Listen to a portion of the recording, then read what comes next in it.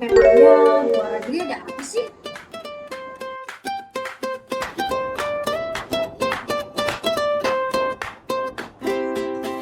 Seolah ada anggapan aneh bahwa rasa cinta pada tanah air akan luntur begitu kita melewati migrasi.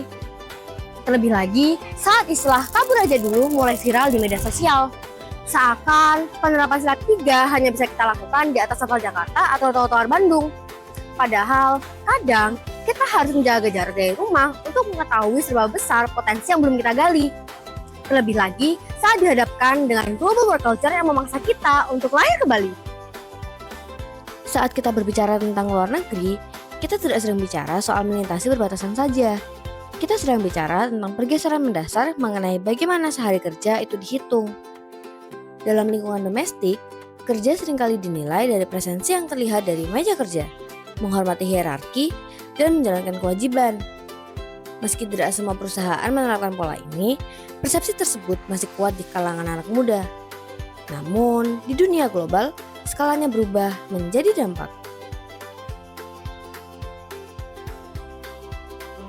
Untuk memahami budaya kerja di dalam dan luar negeri, kami mengumumkan berbagai perspektif melalui narasumber yang pernah bekerja di dalam dan luar negeri. Melalui cerita mereka, kami dapat menangkap bagaimana budaya kerja benar-benar terbentuk. Pembicara pertama kita adalah seorang co-founder dari Cetak, juga seorang mahasiswa di Universitas Tatar yang berpusat di India. Tatar merupakan universitas yang memiliki konsep Global Business School, sehingga ia memiliki metode belajar untuk 7 bisnis di 7 negara yang berbeda. Yuk kita langsung tanya-tanya.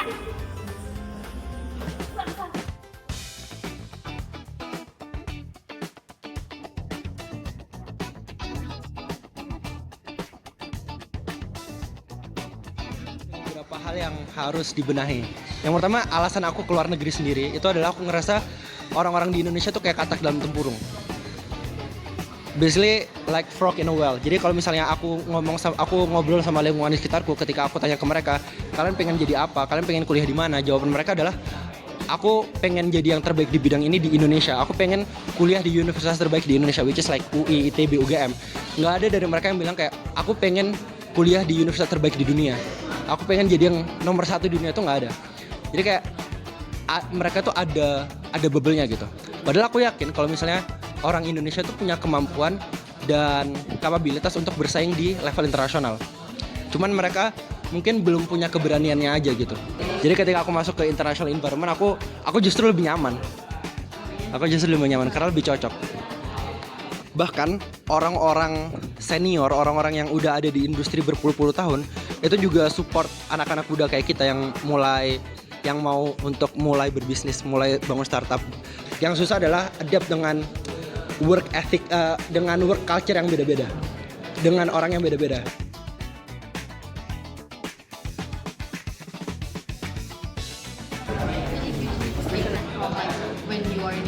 Of course. It's really different. Because like in Indonesia, people are afraid to say their opinion, right? They have to be forced to say their opinion. But like in international environment, people always challenge you. Yeah, people always challenge you. Telah kami pentingnya penyebaran talenta Indonesia di luar negeri melalui KPIan, ini saatnya kita melihat sudut pandang sebaliknya. Narasumber kita yang kedua, beliau sudah merasakan bekerja di Dubai dan Indonesia secara langsung, melayani jasa laundry di Bulu Lawang, Malang, Jawa Timur. 13 Laundry sudah berdiri selama 5 bulan. Yuk kita cari tahu bagaimana pendapat beliau tentang perbedaan ini.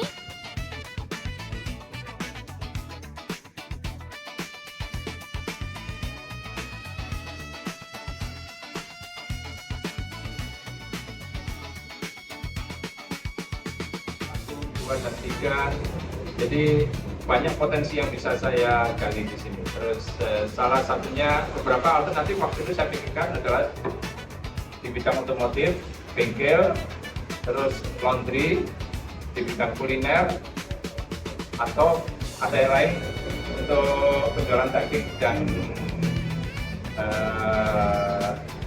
vegetable and fruit.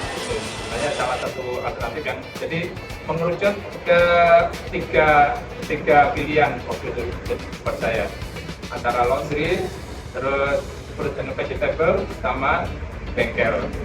Dan pilihan terakhir 1 tahun terakhir kemarin tuh mengerucut di laundry. Kita sudah terlanjur merantau, dan kita di negara orang, jadi gimana bumi dipijak itu lagi diujung. Kita harus menuruti aturan di sana. Kita sudah datang ke sana, kita tidak bisa seenaknya seperti di sini. Iya, kita harus mengikuti aturan di negara itu. Jadi satu sisi memang kita sudah berada di sana, gimana kita harus mengikuti mereka. Kita nggak bisa seenaknya. Mungkin kayak misalkan ingin libur, kita nggak bisa seenaknya hari ini nggak datang kerja. Kalau udah bisa mungkin tinggal ngomong, oh saya nggak bisa kerja hari ini, itu maaf nggak bisa datang. Kalau di sini seperti itu, kalau di sana nggak bisa.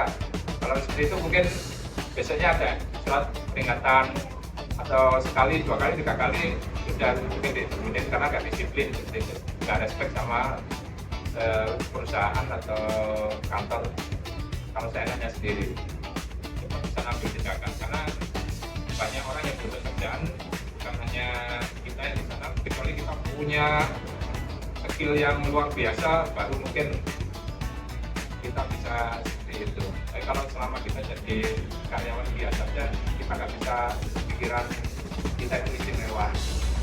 Mereka misalkan yang para manajer dengan kita sebagai bawahannya, dengan stafnya itu juga akan lebih, kalau mereka memperlakukan kita buruk atau di luar wewenang, kita bisa komplain. Kalau di sana seperti di sini, kita bisa komplain ke atasan, dan di sana lebih bagusnya itu kita sangat mudah untuk menemui atasan. Itu yang beda dengan Indonesia. Misalkan kita ingin ketemu langsung dengan jenderal itu gampang, langsung datang ke kantornya itu bisa menulis sekretaris, ingin ketemu ini, mau komplain tentang ini, dengan terbuka mereka akan menyambut. Kalau di sini mungkin kita nggak akan bisa ketemu dengan atasannya langsung. Misalkan ke kantor kita ketemu dengan bosnya, dengan manajernya itu nggak bisa. Kalau di sana saya mau ketemu sama pimpinan saya itu bisa sangat mudah, langsung ke kantor.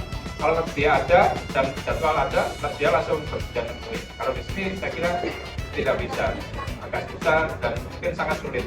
Nah, jadi dengan sekolah dia ambil jurusan apa itu terserah, tapi yang juga harus bisa melihat peluang, jangan sekedar ingin tapi peluang kerjanya nggak bagus. Itu yang salah satu yang poin yang penting. Terus kalian harus punya skill plan B. Itu yang skill itu dari dari passion kalian, cita rasa kalian. Kalau kalian suka misalkan masak, itu harus satu skill harus benar-benar mumpuni, kalian tekuni untuk modal sebagai plan B. Jadi mungkin nanti melamar kerja ke sana sini sesuai biasa nggak diterima, kita punya skill, misalnya memasak, misalkan desainer, make up, otomotif atau apa itu sebagai plan B. Melamar di pekerjaan yang passion kita itu juga sangat penting. Mungkin selama ini kita bertanya pada hal yang salah. Bukan tentang apakah bekerja di luar negeri berarti kurang mencintai Indonesia. Tapi tentang apa yang kita lakukan setelah memahami perbedaan. Dari 2 perspektif yang kami temui, satu hal menjadi jelas.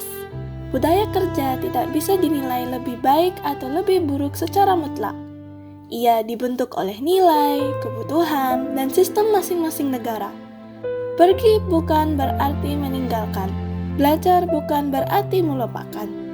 Memahami standar global bisa menjadi bentuk kontribusi jangka panjang. Ketika pengalaman itu dibawa pulang, diadaptasi, dan disesuaikan dengan karakter Indonesia.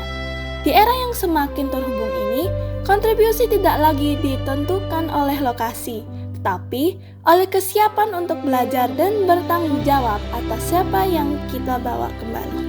Karena pada akhirnya, profesionalisme bisa dipelajari di mana saja, tapi identitas tetap dibentuk oleh tempat kita pulang. Siro metu saka kandang, nanging ojo lali dalan moleh. Mencintai Indonesia bukan berarti menutup mata dari standar dunia. Namun, itu menjadi alasan terkuat untuk pergi dan membawa pulang sesuatu yang lebih baik.